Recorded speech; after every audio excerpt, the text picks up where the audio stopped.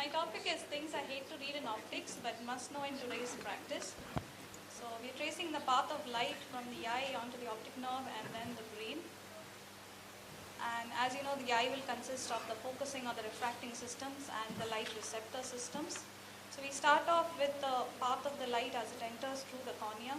And here we have all the axes. We've talked about it before. The important thing is the angle kappa between the pupillary axis and the visual axis. And in most patients, these are quite closely situated, but when you have a wide angle kappa, that's when the problems start. So we have this op scan reading which will give us the angle kappa. So it's quite simple for us. And we try to center the multifocal IOL on the pupillary axis, but in a wide angle kappa, this can cause problems, it can cause glare. So maybe the need of the hour is customization of the multifocal IOLs with centration of the rings on the visual axis. A little bit about wavefront. The light is through a perfect optical system. You get a convergent spherical wavefront and you get something called a piston. And any deviation from this is your wavefront aberration. However, in a real optical system, there are multiple image points and that's why you get the blur. So there are these various instruments which employ various principles to detect these wavefront aberrations. One is the Hartmann-Shack, in which the wavefront exiting from the eye is imaged onto the lenslet array and transformed into a matrix of spots. So ideally you have a regular arrangement of the spots, whereas an irregular array is a deformed, you get it in a deformed wavefront. Cherning's aberrometry, in which there is a 13 by 13 millimeter laser grid which is imaged onto the retina, and this is observed via a paraaxial corneal aperture. And once again, this ideal spots are compared to the aberrated wavefront in which there is a displacement of the spots. Ray tracing is very similar except that you're passing rays of light sequentially. This double pass slit scanning aberrometry is something which is used in the OPD3 scanning system, so where you're passing a slit beam of light across the pupil in various meridians.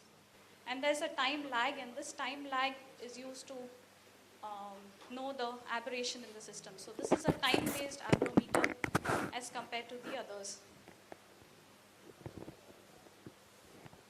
So in all this, we are trying to figure out how the patient is seeing a point source of light. That's basically what we are trying to figure out.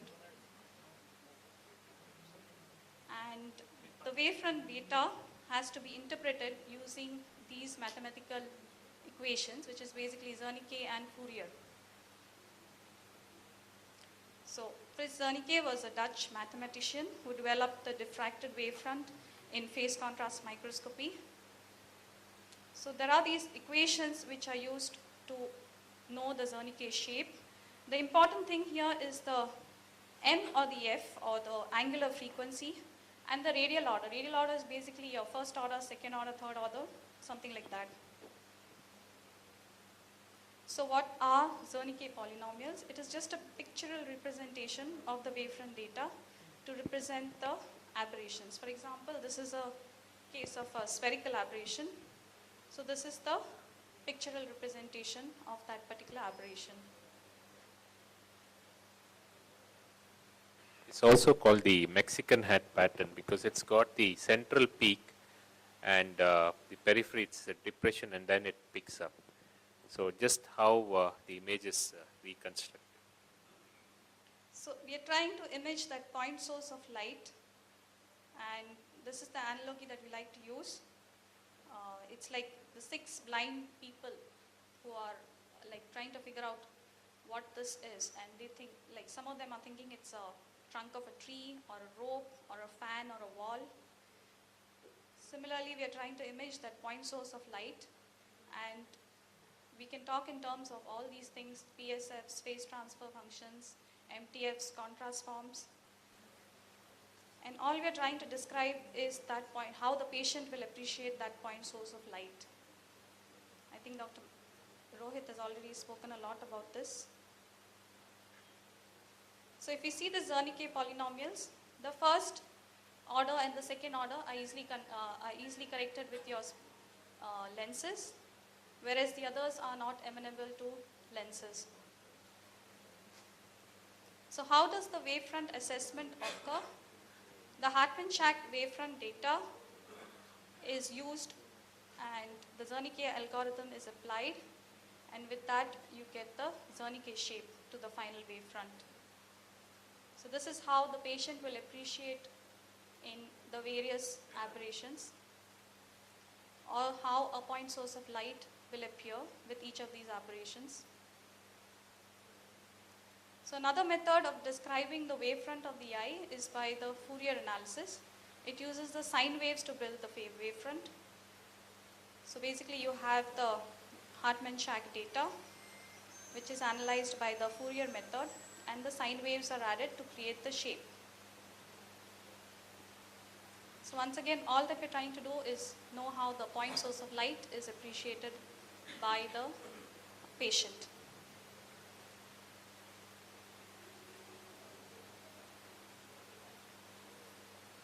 So tracing it backwards, now on to the retina. The light impulses fall on the photoreceptors, onto the bipolar cells and the ganglion cells, and the information is further transmitted to the optic nerve and the optic chiasma, and on to your visual cortex and the striate cortex and the extrastriate cortex, and it helps us form a perfect image by the brain. Thank you.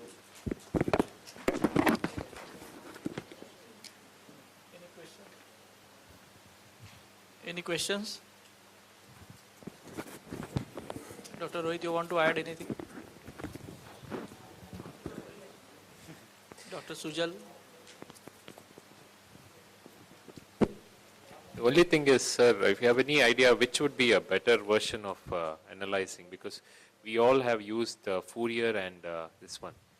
Any comments on this? Because it's always, they say for irregular aberration, Fourier would always be a much better.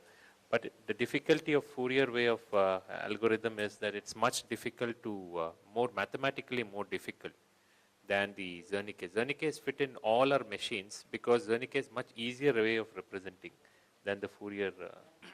And the examiner laser capability, whatever we have of treating till 6th order, that are measured very well by Zernike. So probably at this point of time we don't require Fourier.